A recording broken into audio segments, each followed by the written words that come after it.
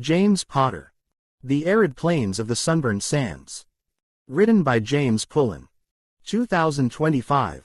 The sun, an unforgiving, malevolent hammer of pure fire, beat down upon the sunburned sands, transforming the very air into a shimmering, heat-drenched haze that danced like a fever dream above the endless, undulating dunes.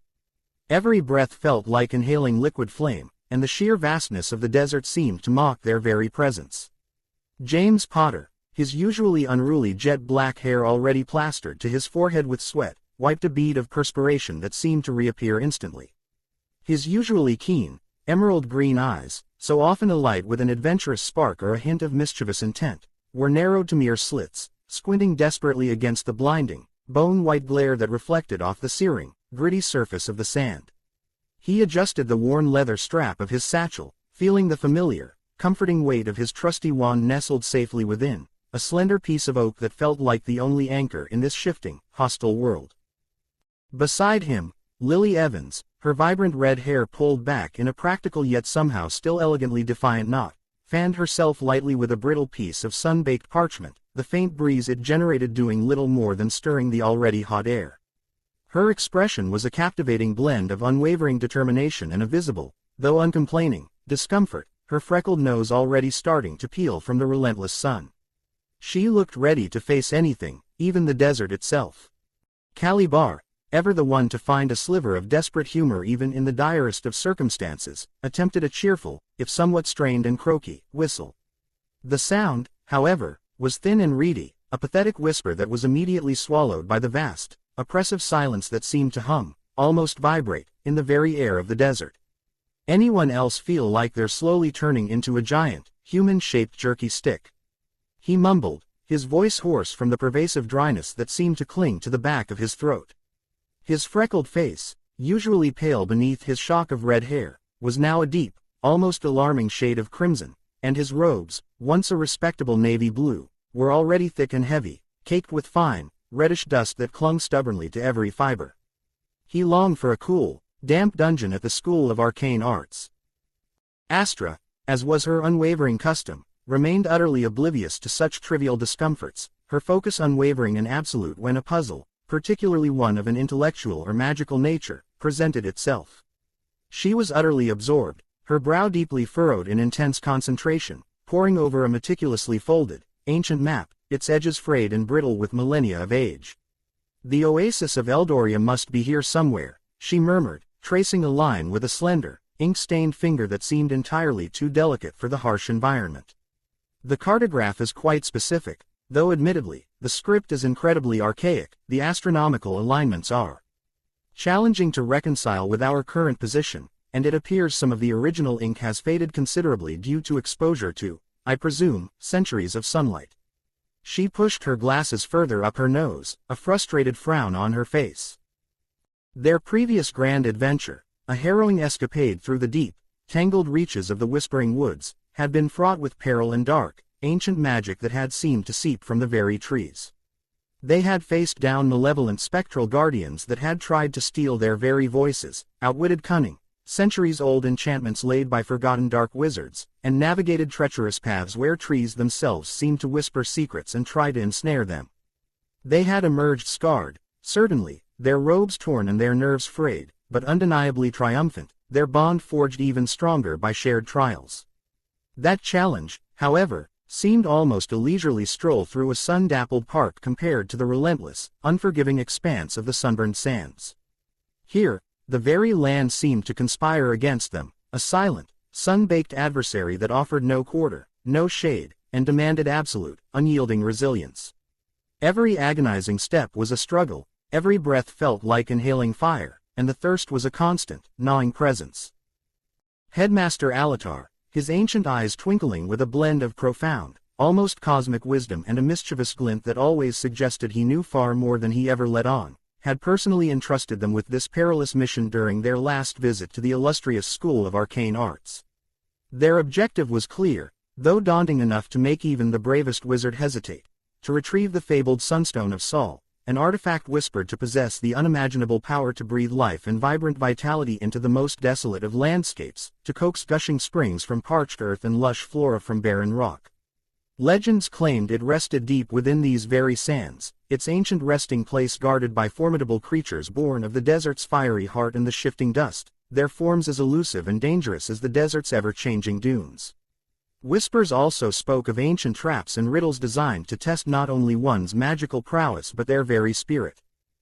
As the morning dragged into a blistering, seemingly endless afternoon, the air around them began to distort in earnest, creating cruel, tantalizing mirages that shimmered and danced on the horizon. Shimmering lakes that vanished upon approach, or lush, inviting forests filled with cool, dark shade that dissolved into nothingness just as hope began to bloom in their weary hearts. Gnarled, monstrous cactuses, their grotesque, twisted forms like skeletal sentinels standing guard over a forgotten kingdom, and their spines like wicked, poisoned daggers, dotted the horizon, casting long, distorted shadows that offered absolutely no respite from the oppressive, suffocating heat. The only sounds were the rhythmic, almost hypnotic crunch of their boots on the unforgiving, granular sand and the occasional, unsettling hiss of a desert viper slithering past, its scales shimmering like obsidian in the blinding sun, a tiny, deadly warning. Suddenly, without warning, the air grew heavy, thick with an ominous, suffocating stillness that preceded the storm, a quiet before the terrifying crescendo. A faint, hot breeze began to stir, carrying with it the acrid smell of dry earth and distant dust, then rapidly escalated into a roaring, cyclonic tempest. Fine, abrasive sand, the color of dried blood and as sharp as glass shards, whipped around them, stinging their exposed skin, finding its way into every crease of their robes, every strand of hair. James instinctively raised his wand, a whispered, urgent, protega. Escaping his lips, his voice tight with strain, but the sheer, elemental force of the wind and sand was overwhelming, a physical assault that seeped through their meager magical defenses as if they were made of tissue paper. Sandstorm, Astra shrieked, her voice thin and high-pitched, barely audible over the escalating shriek of the wind, which now sounded like 1,000 banshees wailing in unison, a terrifying, primal scream. Find cover, now, anywhere. They scrambled desperately, propelled by instinct and sheer terror, seeking what little refuge they could find behind a cluster of immense, wind-sculpted rock formations, their surfaces smoothed and grooved by millennia of erosion. The sandstorm raged around them, a furious, elemental dance that swallowed the world in a blinding, suffocating embrace of swirling ochre and crimson. Visibility dropped to mere inches, and the roar was deafening, a constant, grinding sound that vibrated in their very bones, making conversation impossible, even thought difficult. They huddled together, enduring the relentless assault, each minute feeling like an hour. Hours later, when the furious winds finally abated, leaving an eerie, heavy silence in their wake, the landscape had been utterly transformed beyond recognition. Towering dunes, once familiar, had shifted into new, alien patterns, what little semblance of landmarks they had been clinging to had vanished, and a profound, disorienting sense of being utterly, hopelessly lost settled upon them, heavier than the sand in their boots. Well, Calibar said, pushing himself up, coughing out a mouthful of gritty sand and running a hand through his perpetually messy red hair, now even redder with dust. At least we got a full-body sandblast. Feel like a new man. A very, very gritty man, with sand in places I didn't even know existed, and a desperate need for a bath. He managed a weak, sandy grin, but his eyes, like James's and Lily's, scanned the bewildering new horizon with a shared anxiety. But James's gaze, despite the lingering haze of dust that still shimmered in the air, was fixed on something in the far distance, a faint, almost ethereal shimmering outline that seemed to materialize from the very fabric of the desert itself, a monumental ghost of an ancient civilization. It was a pyramid, impossibly vast, ancient beyond human reckoning, and profoundly imposing, its weather-beaten apex piercing the bruised, twilight sky like a jagged, forgotten tooth of some gargantuan beast. Its monumental stones, though clearly weathered and worn smooth by millennia of sun and scouring sand, seemed to pulse with a faint, otherworldly glow, a silent, enigmatic beacon in the vast desolation. The tomb of the burning heart, Astra whispered, her voice barely a breath, a note of almost reverent awe mingling with a distinct prickle of fear. The legends claim it's the direct gateway to where the sunstone lies, but also that it's riddled with the fiercest guardians of the sands, ancient spirits bound by powerful, unbreakable magic, designed to protect its secrets from all intruders. They say few, if any, have ever entered and returned. A shiver, not of cold but of profound anticipation and a healthy dose of trepidation, ran down James's spine. Their journey, they all knew with a sudden, chilling certainty, had only just begun. The arid plains of the Sunburned sands, with their scorching heat, treacherous mirages, and hidden perils both natural and magical, held secrets and dangers that surpassed their wildest imaginings.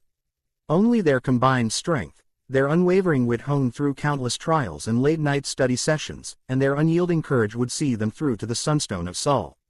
The pyramid loomed before them, a silent, ancient challenge, promising both untold power and unimaginable threats buried beneath layers of sand and time.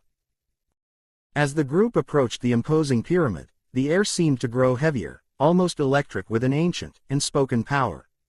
The sands beneath their feet shifted with an unsettling rhythm, as if the very earth was alive and breathing, watching their every move. James, ever the leader, took a deep breath, steeling himself for what lay ahead.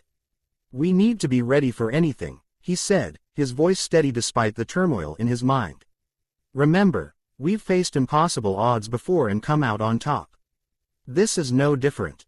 Lily nodded, her eyes fixed on the pyramid, a determined glint in her gaze. "We'll face whatever comes our way together. That's what we do best." Calibar, despite his attempt at humor, couldn't shake the feeling of unease that crept up his spine. He fidgeted with the hem of his robe, his mind racing with thoughts of the dangers that might await them. "I just hope we don't run into any more of those sand viper things," he muttered, more to himself than to the others. Astra, ever the voice of reason, interjected, "We need to stay focused. The legends speak of riddles and traps, so we must be vigilant and think carefully. Remember, the Guardians are bound by magic, and magic can be countered with the right knowledge and wit." As they drew closer to the pyramid, the faint glow emanating from its stones seemed to intensify, pulsing with an otherworldly energy. The air crackled with anticipation, and the group could feel the weight of history pressing down upon them. They knew that the path ahead would be fraught with peril, but they also knew that they were ready to face whatever challenges lay in store. James turned to his companions, his expression serious yet hopeful.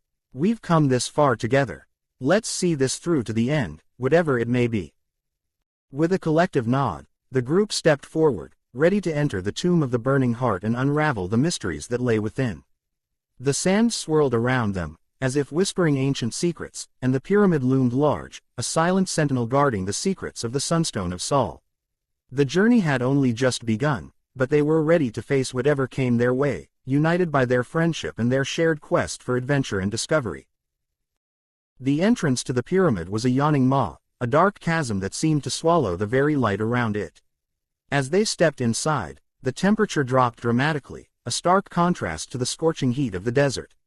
The air was heavy with the scent of ancient stone and the faintest hint of something else, a musky, almost metallic odor that spoke of ages past and untold secrets. James led the way, his wand held out before him, a soft, ethereal glow illuminating the path ahead.